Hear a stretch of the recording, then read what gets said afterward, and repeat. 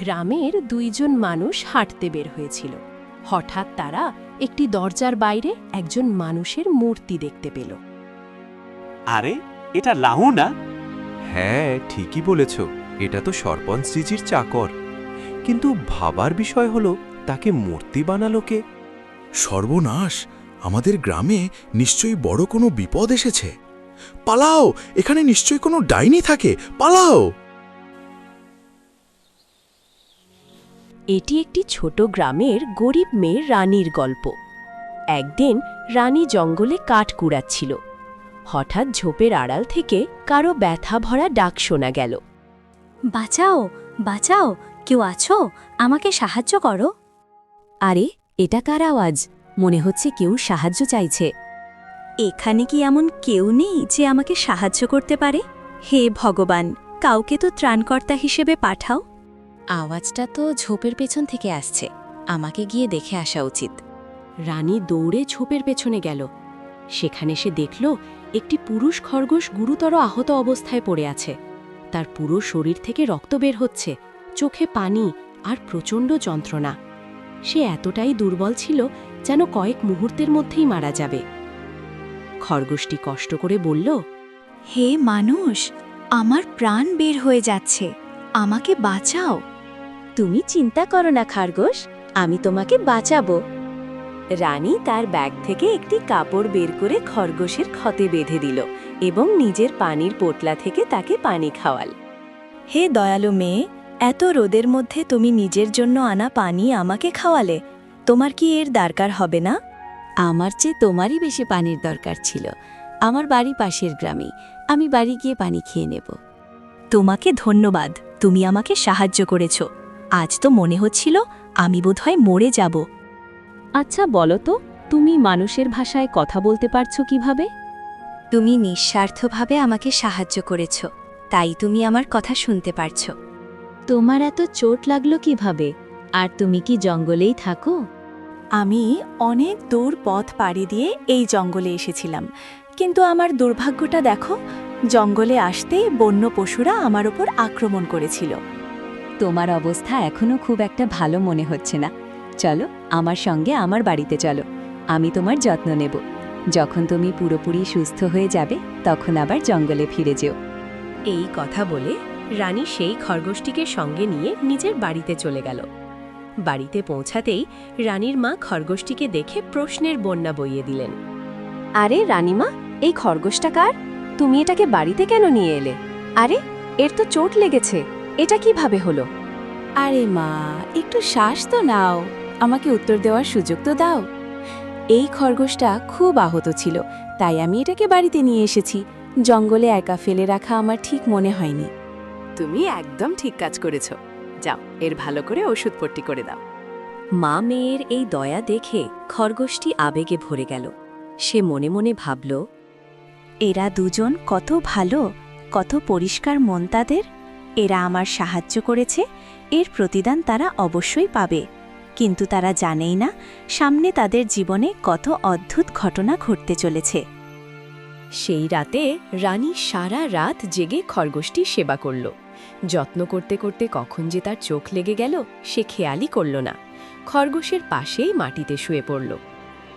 মেয়ে, ওঠো, এভাবে মাটিতে কেন ঘুমাচ্ছ? সূর্য তো মাথার উপর উঠে গেছে, এবার ওঠো। খরগোশটা সেবা করতে করতে কখন যে আমার ঘুম এসে গেছে বুঝতেই পারিনি। মা, খুব ক্ষুধা লাগছে, কাল রাতেও তো কিছু খাইনি, তাড়াতাড়ি নাশতা দাও। আমাকে ক্ষমা করো মেয়ে, আজ আমি নাস্তা বানাতে পারিনি। ঘরে চাল ডাল শেষ হয়ে গেছে, আর আমার কাছে টাকা ছিল না যে বাজার থেকে কিছু কিনে আনব। তুমি চিন্তা করো না মা, আজ আমাকে গ্রামের সরপঞ্চজি কাঠ নিয়ে যেতে বলেছেন। আমি তাড়াতাড়ি কাঠগুলো তাদের বাড়িতে পৌঁছে দিই, কিছু না কিছু টাকা তো অবশ্যই পাবো।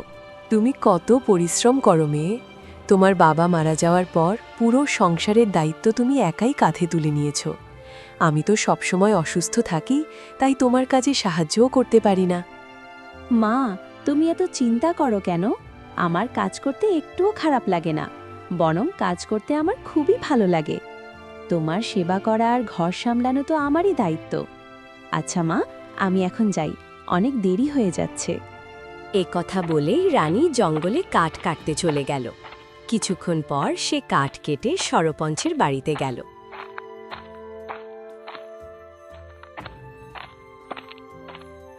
সরপঞ্চজি, এই নিন, আপনি যতটা বলেছিলেন আমি তার থেকেও বেশি কাঠ নিয়ে এসেছি। খুব ভালো কাজ করেছ, কাল আবার কাঠ নিয়ে এসো। এ কথা শুনে রানী সেখানেই দাঁড়িয়ে সরপঞ্চের দিকে তাকিয়ে রইল। তখন সরপঞ্চ জিজ্ঞেস করলেন, কি হলো, দাঁড়িয়ে আছো কেন? কিছু বলতে চাও? হ্যাঁ সরপঞ্চজি, আমি আমার মজুরি চাইছিলাম। আমার এখন টাকার খুব দরকার। কিসের মজুরি? তুমি এমন কি কাজ করেছো যে তোমাকে মজুরি দিতে হবে? সরপঞ্চজি, আমি প্রতিদিন সকালে উঠে কাঠ কেটে বাড়ি বাড়ি পৌঁছে দিই। এজন্য সবাই আমাকে মজুরি দেয়। আপনি যেহেতু আমার কাছে কাঠ চেয়েছিলেন, তাই আপনাকেও আমার মজুরি দেওয়া উচিত। তোমার সাহস কি করে হলো আমার কাছে টাকা চাইতে? এই গ্রামে কারো এত সাহস নেই যে আমার কাছে মজুরি চাইবে।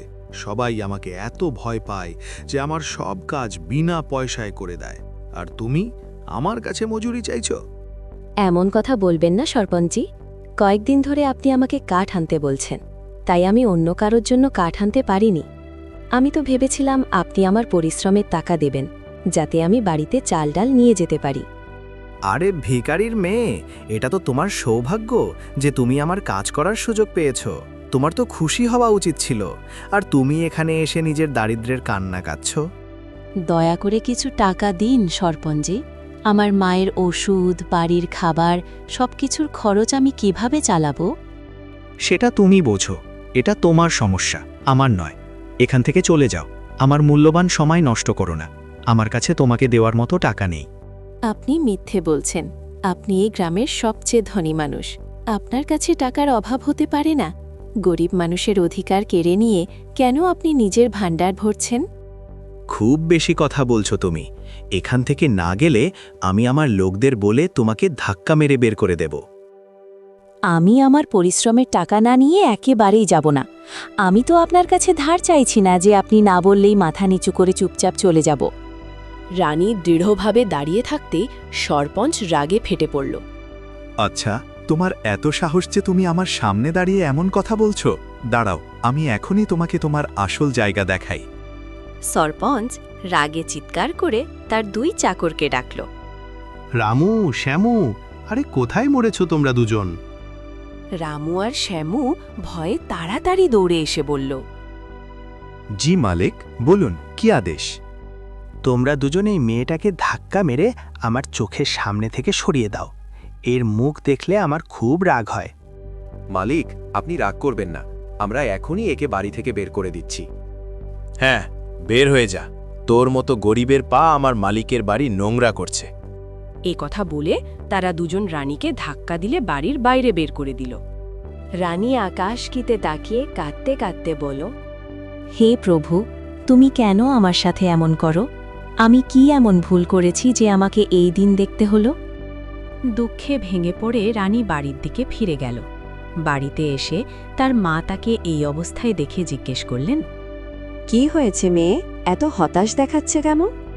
মায়ের কাছে আসতেই রানী ফুপিয়ে ফুপিয়ে কাঁদতে লাগল। মা, এই পৃথিবী এত নিষ্ঠুর আর নির্দয় কেন? মানুষ কেন ধীরে ধীরে নিজের মানবতা ভুলে যাচ্ছে?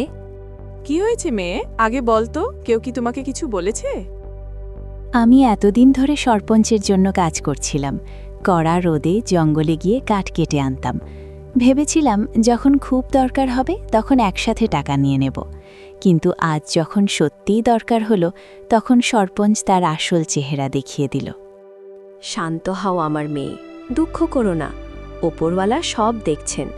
খারাপ মানুষকে একদিন তার কাজের ফল ভোগ করতেই হয়। কিন্তু কবে মা? যখন মানুষ ভেঙে পড়ে তখন ন্যায় বিচার হলেও তার কী লাভ?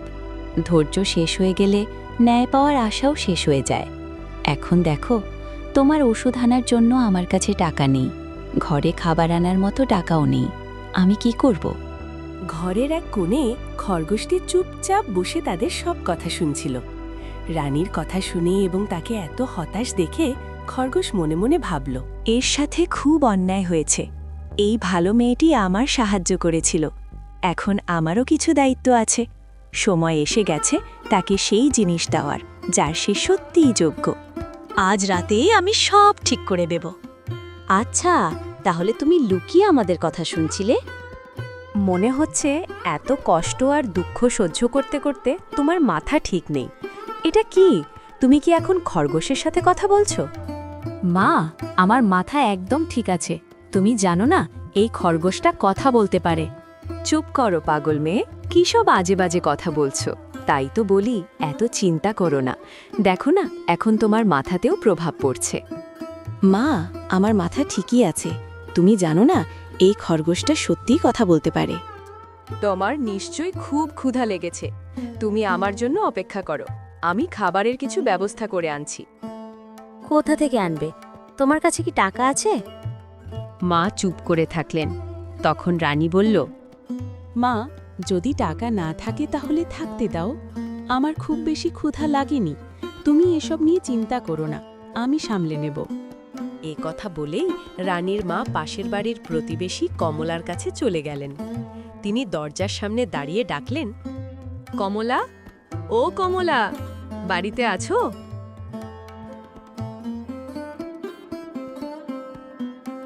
হ্যাঁ হ্যাঁ, বাড়িতেই আছি। বলো, কি ব্যাপার? আসলে তোমার কাছে একটু চাল ডাল ধার চাইছিলাম। কয়েকদিনের মধ্যেই আমি তোমাকে টাকা দিয়ে দেব। আবার এসেছো ভিক্ষা চাইতে? এর আগেও তুমি আমার কাছ থেকে কতবার চাল ডাল নিয়ে গেছো। এখনো তো সেই ধার শোধ করনি, আবার নতুন করে ধার নিতে এসেছো। আমাদের আর্থিক অবস্থা এখন খুব ভালো নয়, কিন্তু আমার বিশ্বাস খুব শিগগিরই সব ঠিক হয়ে যাবে। তখন আমি তোমার সব ধার শোধ করে দেব। এইসব শুধু বলার কথা। তোমার বাড়িতে তো তোমার মেয়েকে ছাড়া আর কেউ কাজ করে না। আর তোমার ভাগ্যও দেখো, তোমার মেয়েও খুব বেশি রোজগার করতে পারে না। তাহলে তোমার ভাগ্য কিভাবে বদলাবে?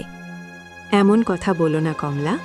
তুমি এতবার আমাকে সাহায্য করেছ, আর একবার সাহায্য করো, আমি তোমার এই উপকার কোনো দিন ভুলব না। আচ্ছা ঠিক আছে, শেষবারের মতো তোমাকে সাহায্য করছি, কিন্তু 2-3 দিনের মধ্যে আমার সব ধার শোধ করে দিও। এই কথা বলে কমলা রান্নাঘর থেকে একটি ছোট বস্তা ভরা চাল এনে দিল। রানীর মা কৃতজ্ঞ হয়ে বললেন, তোমাকে অনেক ধন্যবাদ কমলা। ভরসা রাখো, আমি খুব শিগগিরই সব টাকা শোধ করে দেব। এইবার তো আমি তোমাকে চাল দিলাম, কিন্তু পরের বার টাকা ছাড়া আমার দরজায় পা রাখবে না। আমি বারবার বড় মনের পরিচয় দিয়ে তোমাকে ভিক্ষা দিতে পারবো না। এত অপমান সহ্য করার পরও রানীর মা কোনো উত্তর না দিয়ে চুপচাপ সেখান থেকে চলে এলেন।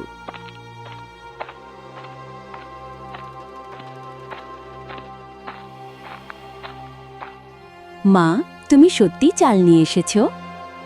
হ্যাঁ, তুমি আগে হাত মুখ ধুয়ে নাও, আমি তাড়াতাড়ি রান্না করে দিচ্ছি। সত্যি, মানুষ ঠিকই বলে, একজন মা তার সন্তানের জন্য পৃথিবীর সব অপমান সহ্য করতে পারে। কিছুক্ষণ পর খাবার রান্না হলো। মা মেয়ে দুজন একসাথে বসে শান্তভাবে খাবার খেল। রাত নামল, সবাই ঘুমিয়ে পড়ল। তখন খরগোশটি ধীরে ধীরে ঘরের এক কোণে গিয়ে দাঁড়ালো এবং মনে মনে বলল, সবাই ঘুমিয়ে গেছে, এটাই আমার শক্তি প্রকাশ করার সঠিক সময়।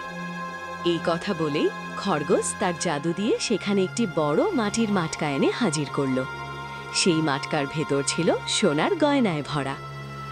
আজ সেই দিন এসেছে। ওপরওয়ালা এই মা মেয়ের ভাগ্য উজ্জ্বল করার সিদ্ধান্ত নিয়েছেন। দুঃখের মেঘ সরে যাবে, সুখের সূর্য উঠবে। সোনার এমন ঝলমলে আলো বেরোচ্ছিল যে পুরো ঘর আলোকিত হয়ে উঠল।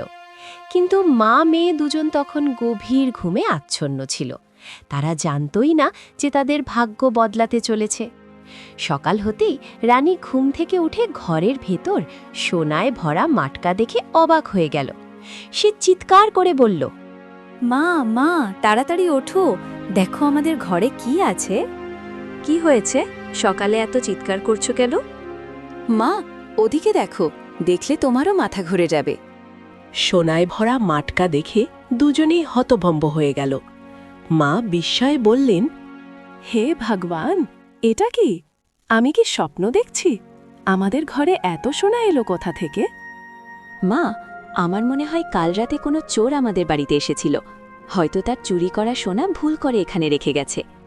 আরে বোকা মেয়ে, এটা কোনো চোরের জিনিস নয়, এটা আমার জাদু। এই সব সোনা তোমাদেরই, আনন্দ করে রেখে দাও। মা, চাল আমরা এই সোনা কোতওয়ালের কাছে দিয়ে আসি, যদি এটার কারণে আমরা বিপদে পড়ি। হ্যাঁ মেয়ে, ঠিকই বলেছ, এটাই ভালো হবে। দাঁড়াও, আমি একটা কাপড় নিয়ে আসি, এই মাটকাটা ঢেকে নিয়ে যাব। এই কথা বলে মা তাড়াতাড়ি কাপড় আনতে চলে গেলেন। এরপর রানী মটকাটা তুলতে এগিয়ে গেল। ঠিক তখনই খরগোশ বলল, আরে থামো, এখন দুষ্টুমি করার সময় নয়, সামনে থেকে সরে দাঁড়াও, আমাকে তাড়াতাড়ি এইসব সোনা কোতওয়ালখানায় জমা দিতে যেতে হবে। এটা তোমার সরলতা নাকি বোকামি? কি বলতে চাইছো তুমি? পরিষ্কার করে বলো। এই সোনা কোনো চোর রেখে যায়নি, এটা আমি আমার জাদু দিয়ে তোমার জন্য এনেছি। জাদু? হ্যাঁ, আমি কোনো সাধারণ খরগোশ নই, আমি এক জাদুকরী খরগোশ। তুমি আমার প্রাণ বাঁচিয়েছিলে, এটা তারই পুরস্কার। তুমি কি সত্যিই বলছো? তাহলে এইসব সোনা আমার? হ্যাঁ হ্যাঁ, সব তোমারই। এখন খুশি হও, তোমাদের ঘরে লক্ষ্মী এসেছে। ঠিক তখনই রানীর মা একটি কাপড় নিয়ে ফিরে এলেন। তিনি বললেন, চলো মেয়ে, এটাকে ঢেকে নিয়ে যাই। এখন আর এর দরকার নেই, এই সোনা আমাদেরই। কি বলছো তুমি? মা, আমি এখন সব ব্যাখ্যা করতে পারবো না, শুধু এতটুকু বুঝে নাও, ভগবান আমাদের জন্য সুখের দরজা খুলে দিয়েছেন। এ কথা শুনে মা খুব খুশি হলেন। তারপর মা মেয়ে দুজন সুখে শান্তিতে কয়েকদিন কাটাতে লাগলেন।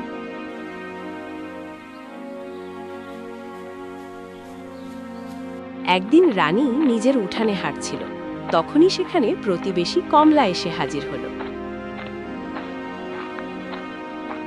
কি ব্যাপার, তোমাদের কি লটারি লেগেছে নাকি? হঠাৎ করে এত ধনী হয়ে গেলে কিভাবে? যেভাবেই হয়ে থাকি তাতে তোমার কি? তোমার কি আর কোনো কাজ নেই, শুধু প্রতিবেশীদের উপর নজর রাখা ছাড়া? তোমার জিহ্বা তো কাচির মতো তীক্ষ্ণ। মা তো ভিক্ষা করে সংসার চালাতো, আর মেয়ে এখন বড় অহংকার দেখাচ্ছে। আমার মায়ের বিরুদ্ধে এমন কথা বলার সাহস হলো কিভাবে তোমার? আমার মা কখন ভিক্ষা করেছে? আমি তো সত্যিই বলছি, যখন তোমাদের কাছে টাকা ছিল না, তখন তোমার মা আমার কাছ থেকে চাল ডাল ধার নিত, আর এখন যখন ধার শোধ হয়ে গেছে, তখন কথা বলার ভঙ্গিও বদলে গেছে। কি বলছো? আমার মা কি তোমার কাছ থেকে ধার নিত? অবশ্যই, বিশ্বাস না হলে নিজেই গিয়ে তোমার মাকে জিজ্ঞেস করো। এই কথা শুনে রানীর খুব রাগ হলো। রাগের মাথায় সে কমলাকে একটি সোনার মুদ্রা দিয়ে বলল, এই নাও, আজ পর্যন্ত আমার মা তোমার কাছ থেকে যত চাল ডাল নিয়েছে, এই সোনার মুদ্রা তার সব হিসাব মিটিয়ে দিল। আমার মা হয়তো তোমার ধার শোধ করে দিয়েছেন, তবু আমি তোমাকে এই সোনার মুদ্রাটা দিচ্ছি, যাতে ভবিষ্যতে তুমি আর কখনো আমার মায়ের বিরুদ্ধে একটি কথাও না বলো। সোনার মুদ্রা দেখে লোভী কমলা খুব খুশি হয়ে গেল। আনন্দে সে রানীকে ধন্যবাদ দিতে লাগল। হ্যাঁ হ্যাঁ, আমি খেয়াল রাখব। এখন থেকে আপনাদের অভিযোগ করার একটাও সুযোগ দেব না। আমার উপর এমনই দয়া বজায় রাখবেন। এই কথা বলে কমলা সেখান থেকে চলে গেল। কমলা চলে যাওয়ার পর রানী মনে মনে ভাবতে লাগল, মা ওই লোভী মহিলার কাছ থেকে ধার না নিলেই ভালো হতো। কে জানে মা কত অপমান সহ্য করেছেন। না, আমি এই ব্যাপারে মাকে কিছু জিজ্ঞেস করব না, তাতে মা কষ্ট পাবেন। মা যেন বুঝতে না পারেন যে আমি সব সত্য জেনে গেছি। এইসব ভাবতে ভাবতেই রানী চিন্তায় ডুবেছিল। ঠিক তখনই সরপঞ্চের চাকর রামু সেখানে এসে হাজির হল। রামু বলল, এ রানী, কি ব্যাপার? তোমার সাহস তো বেশ বেড়ে গেছে। আজকাল সরপঞ্চের জন্য কাঠ আনতে যাচ্ছ না কেন? আমি আর সেই প্রতারক মানুষের জন্য কোনো কাজ করব না। তাছাড়া এখন ঈশ্বর আমাকে অনেক কিছু দিয়েছেন। গিয়ে তোমার সরপঞ্চকে বলে দাও আমি কাজ করতে অস্বীকার করেছি। এত অহংকার ভালো নয়, সাবধান। এই অহংকারই একদিন তোমাকে ডুবিয়ে দেবে। আমাকে ভয় দেখানোর চেষ্টা করো না, আমার সিদ্ধান্ত বদলাবে না। আমার অবস্থা আবার আগের মতো খারাপ হয়ে গেলেও আমি ওই সরপঞ্চের জন্য কাঠ আনব না। নানির কথা শুনে রামু রেগে গিয়ে সোজা সরপঞ্চের কাছে চলে গেল। কি হয়েছে রামু? তুমি একাই ফিরে এলে? রানী কোথায়? মালিক, রানী স্পষ্টভাবে বলে দিয়েছে যে সে আর আপনার জন্য কাজ করবে না। তার এত সাহস, আমি তাকে ছেড়ে দেব না। এটা তো কিছুই না মালিক। রানীকে দেখে মনে হচ্ছিল যেন তার বাড়িতে হঠাৎ করে ধন সম্পদের বৃষ্টি হয়েছে। তার পোশাক আশা, চলাফেরা সব কিছুই বদলে গেছে। যদি তুমি যা বলছো তা সত্যি হয়, তাহলে নিশ্চয়ই এর পেছনে কোনো বড় রহস্য লুকিয়ে আছে। আমাদের খুব তাড়াতাড়ি এর রহস্য বের করতে হবে। রামু, তুমি ওর বাড়ির ওপর নজর রাখো। কিছু অদ্ভুত দেখলেই সঙ্গে সঙ্গে আমাকে খবর দেবে। সরপঞ্চের আদেশে সেই রাতেই রামু রানীর বাড়ির জানালার বাইরে লুকিয়ে নজর রাখতে লাগল। ঘরের ভেতরে বসে রানী খরগোশকে দেখে বলছিল, খরগোশ, তুমি যখন থেকে আমার জীবনে এসেছো তখন থেকেই সবকিছু বদলে গেছে। আমার ভাগ্য যেন জেগে উঠেছে। আমি তোমার কাছে খুব কৃতজ্ঞ। তোমার কারণেই আজ আমার ঘরে সুখ এসেছে। এই কথা বলেই রানী ঘুমিয়ে পড়ল। রাতের গভীরে রামু চুপি চুপি ঘরের ভেতরে ঢুকে খরগোশটিকে তুলে নিয়ে যেতে লাগল। কিন্তু হঠাৎ করে তার শরীর ধীরে ধীরে পাথর হয়ে যেতে শুরু করল। আমার কি হচ্ছে? কেউ বাঁচাও, বাঁচাও! ঠিক তখনই খরগোশটি তার কোলে থেকে লাফ দিয়ে ঘরের ভেতরে ঢুকে গেল, আর রামু দরজার সামনে দাঁড়িয়েই পুরোপুরি পাথরের মূর্তিতে পরিণত হয়ে গেল।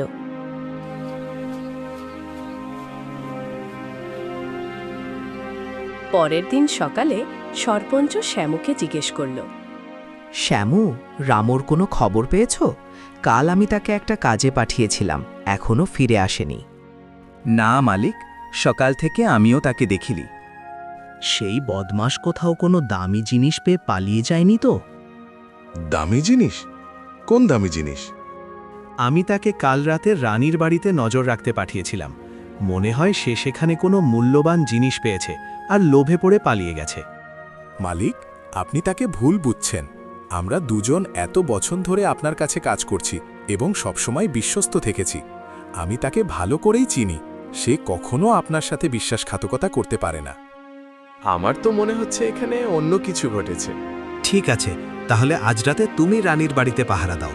হয়তো সেখানে গিয়ে আমরা রামু আর সেই রহস্য দুটোরই খবর পেয়ে যাব।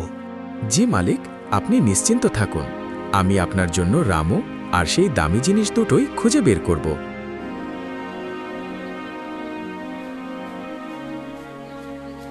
আবার রাত হল। শ্যামু রানীর বাড়ির সামনে গিয়ে দাঁড়াল। সেখানে দরজার সামনে পাথরের মূর্তি দেখে সে অবাক হয়ে গেল।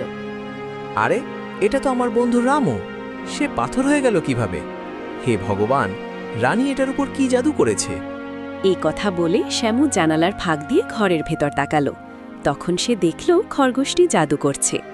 খরগোশ তার জাদু দিয়ে আবার একটি মাটকা এনে হাজির করল, যা সোনার গয়নায় ভরা।